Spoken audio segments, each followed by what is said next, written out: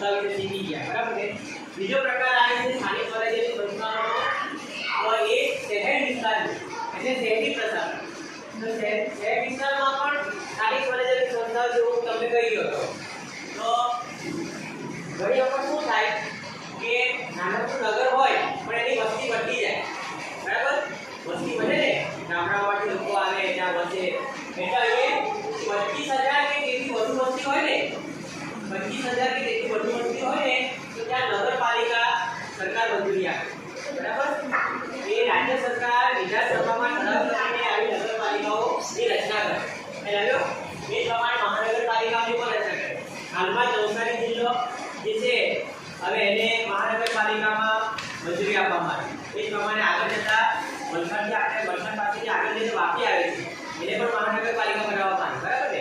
આ રીતે જે 8 મહાનગરપાલિકાથી આપણે ત્યાં, બરાબર ને, સુરત, અમદાવાદ, વડોદરા, બરાબર, ભાવનગર, રાજકોટ અને એ રીતે ગાંધીનગર, એવી 8 હતી, તેમાં પાછો ઉમેરો થયો, વધારો થયો। તો અહીંયા ગાડી 25,000 થી વધુ, બરાબર, વસ્તી હોય તો ત્યારે શું કરવું? તો 5 લાખ કે તેથી વધુ વસ્તી હોય ને, તો ત્યાં મહાનગરપાલિકા, એને અંગ્રેજીમાં કહેવાય મ્યુનિસિપાલિટી। શું કહેવાય? મ્યુનિસિપાલિટી। તો અહીંયા આપણે નગરપાલિકા વિશે શીખીએ તો એ 25,000 થી વધુ વસ્તી હોય તો ત્યાં પણ અગાઉ જેમ વોર્ડ પાડવામાં આવે તેમ વોર્ડમાં ઉમેદવારો ઉભા રહે, દર 5 વર્ષની ચૂંટણી થાય, બરાબર।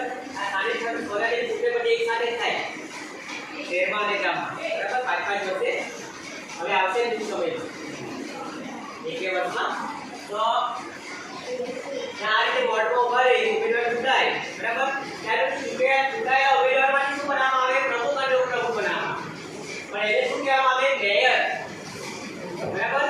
અને એ અઢી વર્ષ માટે 2 મેયર બનાવવામાં આવે, 2 જણા હોય તો પહેલા એકને ચાન્સ આપવામાં આવે અઢી વર્ષ માટે વહીવટ કરવા માટે, એ મેયર કહેવાય અથવા નગરપતિ કહેવાય। શું કહેવાય? પહેલા નગરપતિ કહેવાય અને મેયર, અને પછી બીજાને ચાન્સ આપવામાં આવે। પહેલા દાખલા તરીકે વ્યારા નગરપાલિકા છે, બરાબર, ભાજપની નગરપાલિકા છે, તેમાં 5 વર્ષમાં જે ચૂંટાયા છે એમાંથી અઢી વર્ષની ટર્મ માટે 2 જણાને મેયર પર એટલે કે પ્રમુખ માટેની વહીવટ માટે જવાબદારી સોંપવામાં આવે, એટલે બંનેને તક પડે અને પ્રજાને સારું શાસન મળે ને બદલામાં। ત્યાર પછી અહીંયા સરકાર, રાજ્ય સરકાર જે છે એનો વહીવટ કરવા માટે, નગરપાલિકાનો વહીવટ કરવા માટે એક અધિકારી નિમણૂક કરે, એને કહેવાય ચીફ ઓફિસર। શું કહેવાય? ચીફ ઓફિસર, બરાબર। આ ચીફ ઓફિસર જે છે એ વહીવટ કરે। હવે એને વહીવટનો મદદ કરવા માટે શું હોય ખબર? આ મેયરને સ્ટેન્ડિંગ કમિટી હોય, એને કારોબારી સમિતિ કહેવાય, બરાબર। પછી નાના સમિતિ, બરાબર, પછી ફાયર બ્રિગેડ છે, હવે ત્યાં બધા વેપારીઓ હોય એ ભેળસેળ નહીં કરે એના માટે કાયદા કરે, આ બધી અલગ અલગ પ્રકારની જે કમિટી હોય એ તેમાં કામગીરી કરે, બરાબર। અને આ જે છે નગરપાલિકા એને પણ પાછી ગ્રાન્ટ આપવામાં આવે, એ આવ્યો ને, વહીવટ કરવા માટે ગ્રાન્ટ આપવામાં, અને એ પણ જુદા જુદા પ્રકારના પાસે વિરાતો ધરાવે, એ આવ્યો। આ રીતે આ થાય નગરપાલિકાની વાત। એ પ્રમાણે 5 લાખ કે તેથી વધુ વસ્તી હોય તો મહાનગરપાલિકા કાઢી। હવે મહાનગરપાલિકા જે છે એનો જે સભ્યો અહીંયા આપણે સભ્ય કહેતા હતા, આપણે ચૂંટાયેલા સભ્યો, પણ અહીંયા શું કહેવાશે? એ કોર્પોરેટર કહેવાય। શું કહેવાય? એને કાઉન્સિલર પણ કહેવાય, પણ આપણે આ કોર્પોરેટર શબ્દ વધારે પ્રચલિત છે। આ જે વોટર ચૂંટાય ને સભ્ય એને મહાનગરપાલિકામાં કોર્પોરેટર કહેવામાં આવે, બરાબર। એ બધા ભેગા મળીને બે વ્યક્તિની અઢી વર્ષ માટે એ ટર્મ માટે મેયરની નિમણૂક કરે, બરાબર। અને પાછું સાથે સાથે અહીંયા જે છે ને, અહીંયા કેમ સરકાર, આ રાજ્ય સરકાર એ ચીફ ઓફિસરની નિમણૂક કરે છે, તો અહીંનો વહીવટ કરવા માટે કોની નિમણૂક કરે? તો રાજ્ય સરકાર નિમણૂક કરે, બરાબર।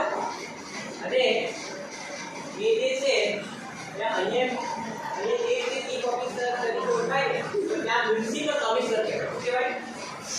આ તમારી નોકરીમાં છે કે નથી? છે? નથી ને? હે? તો મ્યુનિસિપલ કમિશનર, બરાબર, કમિશનર જે છે એને નિમણૂક કરવામાં આવે। તો મેં આનો જો આ લોકોનું નામ ચીફ ઓફિસર, મ્યુનિસિપલ કમિશનર, અહીંયા આપણે જે ડીડીઓ અને તાલુકા ટીડીઓ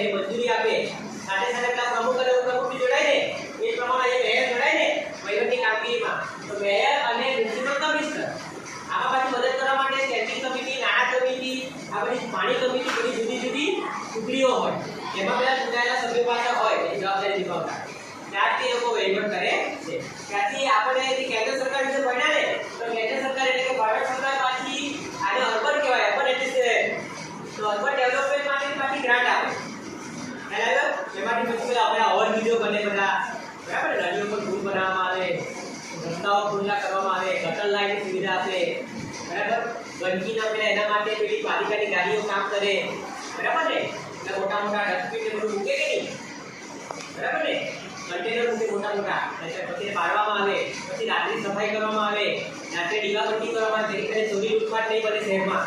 આ બધી અનેક પ્રકારની કામગીરીઓ પણ આ સ્થાનિક સ્વરાજ્યની સંસ્થાઓ કરતી હોય છે. અને આપણે જે શીખી ગયા કે શહેર વિસ્તારની સ્થાનિક સ્વરાજ્યની સંસ્થાઓ બે પ્રકારની, નગરપાલિકા, મહાનગરપાલિકા. નગરપાલિકામાં જે સરકાર નિમણૂક કરે છે વહીવટી અધિકારીની, એને કહેવાય ચીફ ઓફિસર. પરીક્ષામાં પૂછાય એટલે આવવું જોઈએ આપણે. અને મહાનગરપાલિકામાં મ્યુનિસિપલ કમિશનર બરાબર છે. અને જે ચૂંટાયેલા છે એને કહેવાય મેયર. અઢી વર્ષ માટે 2 વખત મેયર બનાવવામાં આવે. 2 જણાની ટર્મ કઈ સુધી આપણે સ્થાનિક સ્વરાજ્યની સંસ્થાઓ વિશે શીખ્યા છે, બરાબર, યાદ રાખજો.